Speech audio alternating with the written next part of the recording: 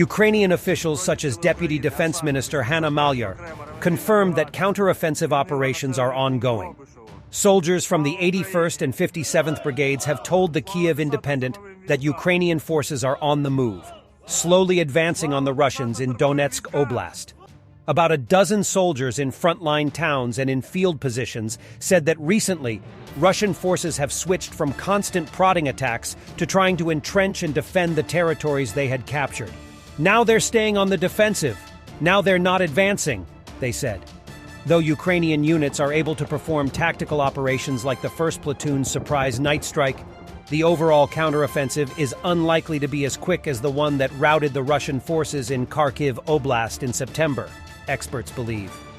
Despite the presence of elite, well-prepared and experienced brigades like the 81st and Ukraine's recently created Assault Guard brigades that contain many hardened veterans, Russians have had time to get well prepared for the coming liberation onslaught.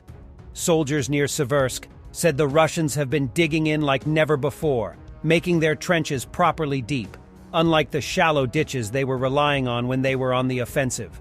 Russian forces have prepared extensive defenses, especially in Zaporizhia Oblast, where they've set up multiple lines dozens of kilometers deep. From Kharkiv Oblast through Luhansk Oblast, there's a strong main line running down south. However, Russian defenses thin out behind Bakhmut, according to satellite maps of the area. Russia made some of its most significant gains in the east thanks to the state-backed Wagner Group private army. Since then, there were 2 large troop rotations in the area, with Wagner troops giving way to regular forces instead of being on the attack. Wagner has reportedly been tapped to prepare some of the incoming forces for combat. Soldiers said that compared to Wagner, the Russian Defense Ministry's troops have a much lower level of preparedness and worse capabilities. Soldiers from the 81st would agree, saying that Wagner forces were properly prepared, had decent maps, good equipment like transportation and night vision, and made extensive use of cryptography. In contrast, regular forces and Donbas proxies tend to exchange unencrypted coordinates, and intercepted communication reveals drunkenness, and soldiers listening to music at forward positions. Typical working stiffs who got mobilized and sent somewhere, they said. More frequently, Russians respond to losing their positions by blindly bombarding the area with artillery. Even so, the Russians' overwhelming artillery advantage over the Ukrainians appears to be shrinking.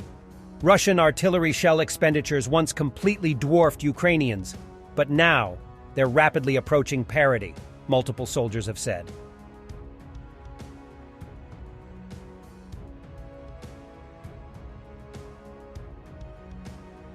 And let's see the other news from Ukraine.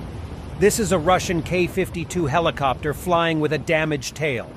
Ukraine now must find a way to neutralize these helicopters, since the Russians have found an effective method of using them in active defense against Ukrainian counteroffensive. The Russians are employing these helicopters by positioning them behind Ukrainian air cover, which has proven to be highly damaging to Ukrainian armor.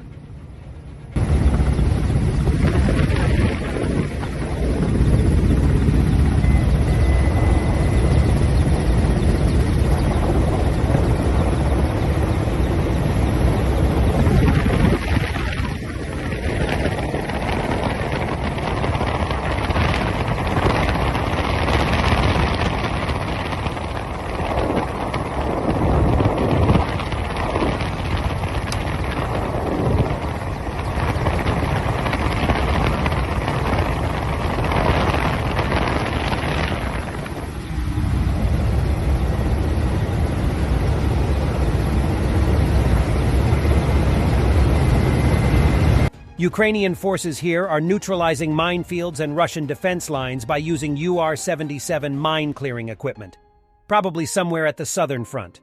Ukrainians usually perform these tasks before an attack on the area.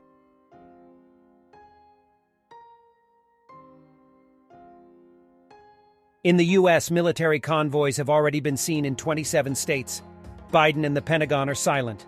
Warthog Defense is reporting about this, and we will continue to do so until we get some reasonable answer.